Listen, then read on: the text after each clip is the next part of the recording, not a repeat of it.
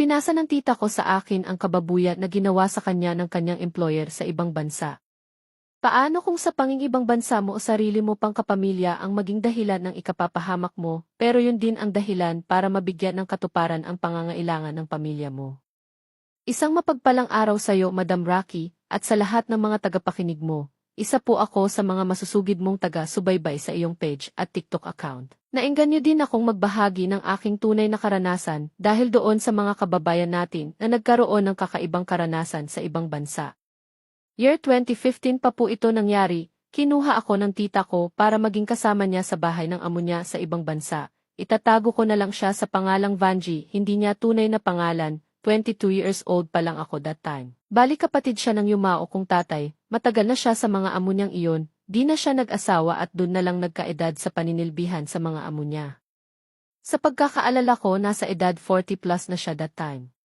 Since wala siyang ibang binubuhay na pamilya dito sa Pilipinas, marami siyang nasadya tulad ng bahay at lupa, babuyan at konting manukan na ang nag-aalaga naman ay iba niyang kapatid.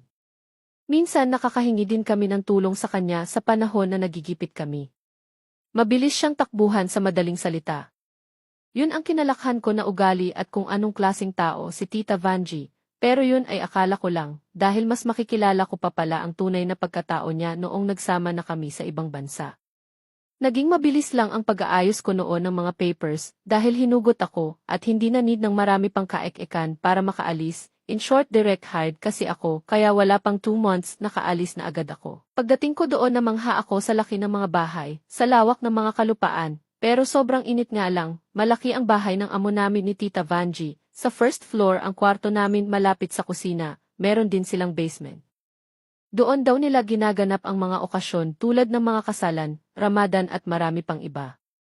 Isang buong pamilya ang naging amo namin ni tita na may 5 miyembro. Ipinakilala agad ako ni tita sa magiging employer ko noon, palangiti naman sila at agad na bumati sa akin. Alam mo Ma'am Rocky, yun ang unang beses na nakita ko si Tita Vanji sa personal. Maganda siya at hindi mo mahahalata na nasa line of 40s na siya. Sobrang puti din niya at napakamasayahin kaya hindi ako nahirapang pakisamahan siya. Magkahiwalay nga pala kami ng kwarto noon ni tita, para daw meron kaming privacy. Dumaan pa ang mga araw na naging okay ang sitwasyon ko doon. Hanggang sa isang araw, may napapansin ako sa tita ko tuwing nagbabanyo siya. Naririnig ko kasi na para siyang nahihirapan na ewan, di ko matukoy kung may masakit ba sa kanya o ano. Tinanong ko yun kay tita kasi baka kako may problema siya. Na wag siyang mahiya kasi handa naman akong makinig.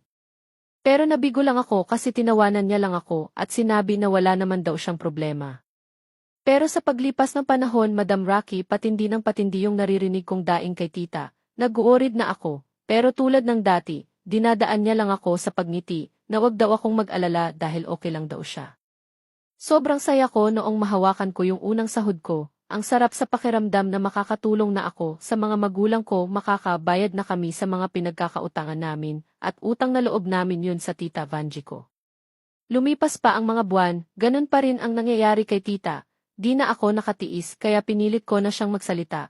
Ayon sa kanya, may depekto na daw ang kanyang bituka kaya nakakaramdam siya ng matinding sakit sa tuwing dumudumi siya. Nag-ask ako kung nagpa-check up na ba siya, sabi niya hindi daw at hindi na daw kailangan. Isang araw habang naglilinis ako sa kwarto ng isa sa mga amo namin, may narinig akong kaluskos sa kwarto ni Tita Vanji. This time sa kwarto siya dumadaing, pero kakaiba ang daing niya nung time na yun. Kaya nag-alala ako at agad akong pumunta sa kwarto niya. Alam mo Madam Rocky, noong araw na iyon nasaksihan ko mismo sa mga mata ko ang nangyayari kay tita. Bahagyang nakabukas yung pinto ng kwarto ni Tita Vanji kaya nakita ko lahat. Madam Rocky, hinahalay siya ng amo namin at sa puwet siya tinitira. Natulala ako sa nakita ko kasi nakatuwad noon si tita sa harap ng salamin niya. Yun ang unang beses na nakakita ako ng nagdadalihan, kaya hindi ko alam kung ano ba ang magiging reaksyon ko. Tumakbo ako noon dahan-dahan papunta sa kusina at uminom ako ng tubig. Hindi talaga ako makapaniwala sa nakita ko, kaya hinintay ko talaga si tita na makapasok sa kusina kasi nangangati talaga ang utak ko. Gusto kong malaman bakit nila yun ginagawa. Matagal din ako naghintay bago pumasok si tita sa kusina. Di na ako nagpaligoy-ligoy pa kaya tinanong ko agad sa kanya lahat. Sinabi ko din na nakita ko ang ginagawa nila, kaya wag na siyang magsalita.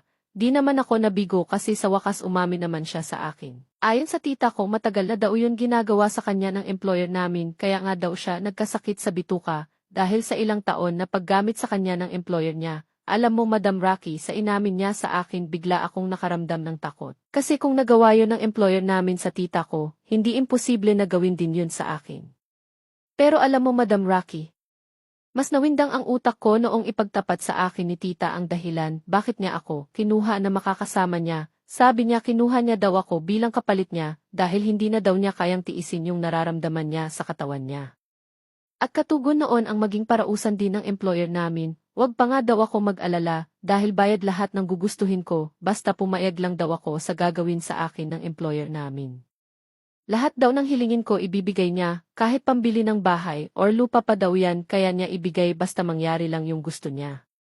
Ngayon ko naisip na sa tinagal-tagal ni tita sa ibang bansa, kakaibang sakripisyo pala ang inaabot niya sa kamay ng employer namin. Kaya naman pala nakasadya siya ng lupain, bahay at negosyo.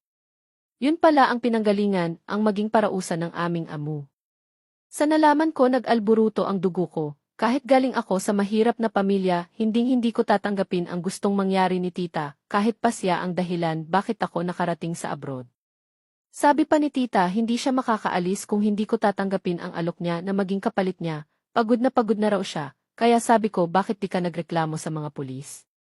Sabi ng tita ko useless na daw dahil sa kabilang banda may kasalanan din siya dahil tinanggap niya yung alok ng amo niya, dala daw ng kagipitan noon kaya niya nagawang pumayag. Isa pa daw, pamilya sila ng pulis, kaya wala na daw siyang magagawa at baka nga daw baliktarin pa siya. Sa kabila ng pagiging masayahin ni tita meron pala siyang pinagdadaanan na kakaiba.